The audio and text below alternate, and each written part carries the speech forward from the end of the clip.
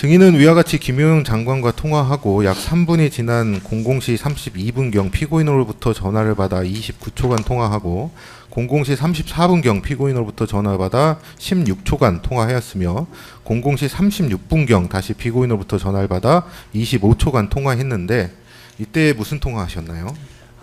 저도 이제 여기서 내가 정말 많이 왜곡되게 기억했구나 한 게 우리 저 부관도 그렇고, 그러니까 저는 통화가 세 통화인데 이 전체가 한 통화인 줄 알았어요. 기억에. 맨 처음엔 브리핑했고 두 번째는 이제 뭐야 너 도대체 아직까지 못 가고 뭐 하냐 이런 얘기를 제가 기억을 했는데 이게 이제 세 통화가 근데 이건 추정입니다. 뭐냐면은 통화 내역을 다 보니까 00시 32분에 대통령 통화 끝나고 제가 김봉식 경찰청장한테 통해요. 바로. 그 사람이 인과관계가 있을 거 아니에요. 그러니까 이때 대통령님이 들어가려면 어디로 가서 협조하면 될 거다라는 얘기를 하신 게 이때겠구나. 그러니까 제가 김봉식 청장한테 통화하지 않았겠습니까? 그 다음에 대통령님이 16초 통화를 해요. 34분에 16초. 그리고 제가 끊자마자 양재원 국회의원한테 전화를 하거든요. 그것도 이유가 있을 거 아닙니까? 곧바로 전화한다는 거. 그래서 제가 진출이 안 되고 위험하다고 하니까 빨리 이동하려면 저 협조 좀 잘해라. 그래서 제가 그러면 내가 그래서 양재원한테 했구나. 이건 추정입니다. 이건 제가 기억을 못하기 때문에. 그 다음에 이제 36분 때 전화가 또 오셨을 때 제가 이제 이것만 기억이 나는 거예요.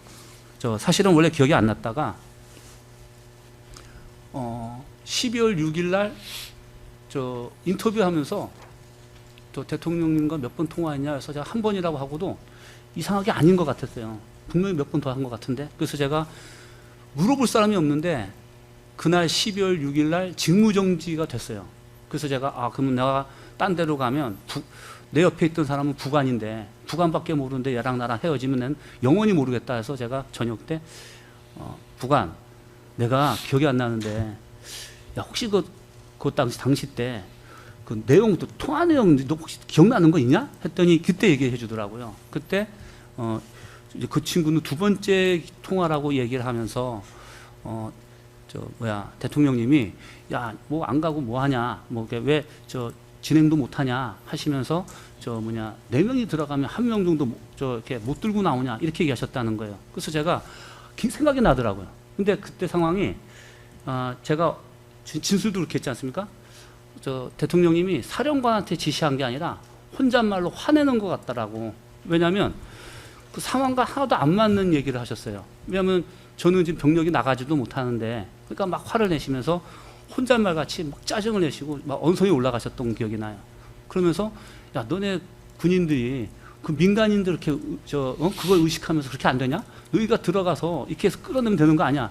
이렇게 얘기하신 걸로 기억이 나요. 그래서 제가 그때 상황에 우리는 지금 못 들어가고 어디까지 진출된지 모르지만 결국은 내가 우려한 것처럼 그 들어간 분들 중에 시민인지 누군지 모르지만 본총으로 누가 벌써 이미 안에 뚫고 들어갔구나. 큰일 났구나. 이 생각이 딱 든 상황이었어요. 증인의 부관인 오상배 대인은 이 법정에서 위 전화통화 상황에 대해 이진우 사령관이 국회 본관 앞까지는 병력이 갔는데 그 앞에서 더 못 들어가고 있다라는 취지의 보고를 했고 피고인이 4명이서 1명씩 들쳐업고 나와라 라는 식으로 지시했던 것이 기억납니다 라거나 아직도 못 들어갔냐라는 취지의 이야기를 피고인께서 하셨고 이진우 사령관이 본회의장 앞까지는 갔는데 사람이 너무 많아서 문에 접근할 수 없다 라는 취지로 하니까 피고인께서는 총을 쏴서라도 문을 부수고 들어가라 이런 취지의 말씀을 하신 것으로 기억합니다 라고 증언하였습니다. 위와 같은 오상배 대의의 증언이 사실인가요? 저는 오상배 대의는 제가 1년간 데리고 있어 봤기 때문에 그 친구가 이렇게 완전히 틀린 얘기를 하지는 않는다고 생각을 해요. 근데 사실은 그렇다고 해서 오상배 대의의 말을 제가 들었고 정확하다고 말씀 못 드리겠습니다. 근데 저도 기억나는 게 있어요. 뭐냐면 그러니까 저는 이게 한꺼번에 된 게 아니라 4명이 1명씩 들쳐 업고 나와라가 따로인데 저는 그때 아이고 뚫렸구나 큰일 났다라는 생각을 이거 우리가 해야 될 일을 못 해가지고 지금 결국은 국회 기능 유지가 안 되겠구나. 이거 잘못하면 온 세계 언론에 이상하게 나오겠다. 이런 생각을 들었던 가 이때고 기억은 잘 안 났는데 이거 기억나요. 야 발로 차서라도 문 부수고 들어가라고.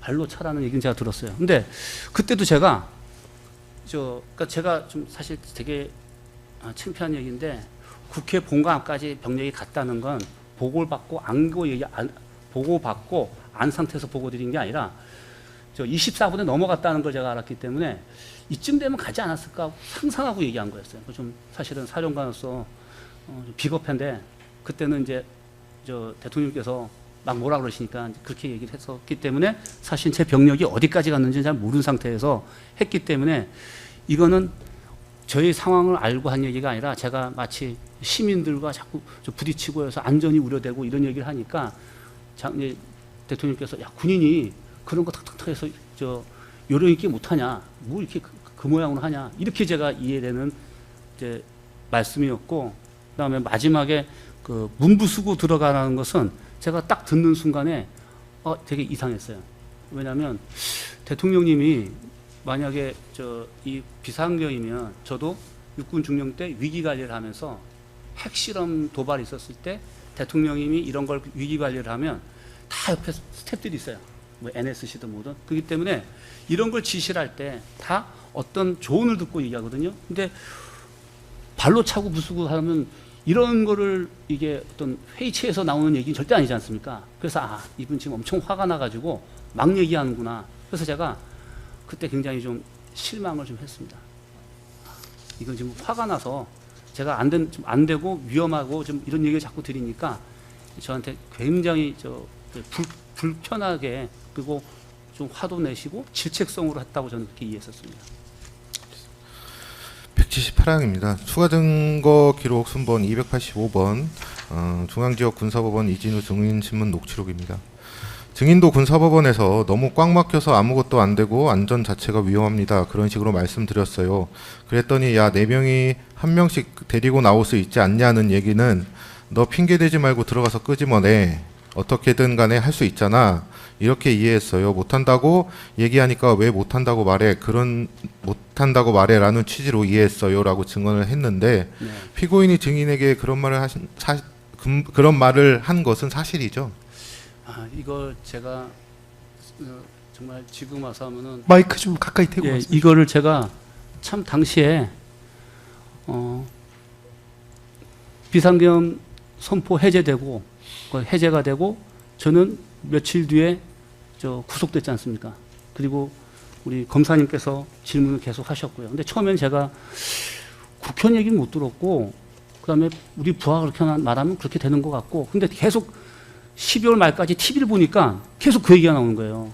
군이 그렇게 그런 목적으로 병력을 운용해서 국회로 간 거다. 그러니까 저도 계속 그걸 보다 보니까 처음에는 김용윤 장관에 대해서 굉장히 이용당한 느낌 받았었고요.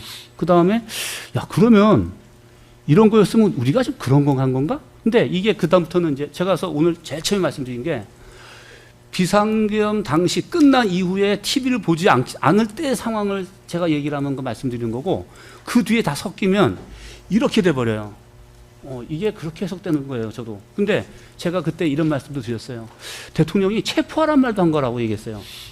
기억나시지 않습니까? 대통령이 끌어내라면서 체포하란 말도 했다. 근데 나중에 보니까 전혀 아니에요.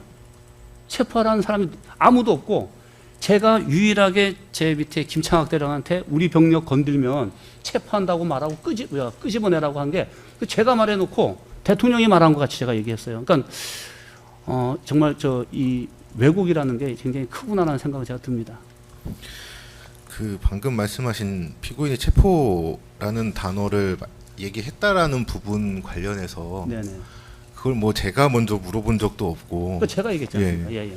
그리고 그걸 또 그 상황 다른 질문에서 여쭤본 게 그 당시 아마 피고인께서 뭐 체포의 채자도 꺼내지 않았다라는 말을 했는데 어떻게 생각하냐라고 했는데 증인이 분명히 피고인으로부터 체포해라는 말을 맞습니다. 들었다라고 하셨어요. 저도 정말 제가 다른 건 몰라도 우리 검사님 그건 인정합니다. 왜냐하면 저한테 뭐 강요라든가 굉장히 정상적으로 잘 물어보셔서 근데 제가 말씀드리는 거예요.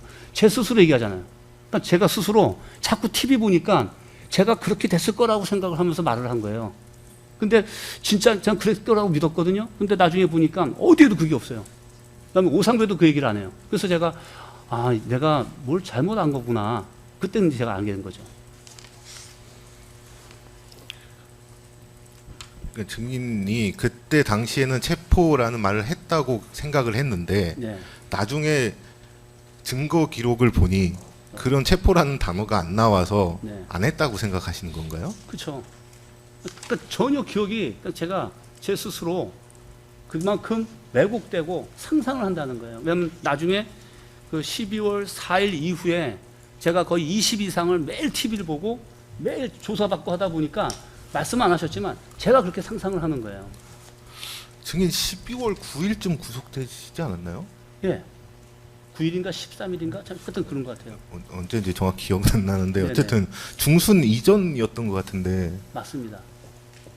그리고 조사한 것도 아마 12월 그 이후에요. 중순이나 뭐 네. 하순쯤 된 것 같은데 네.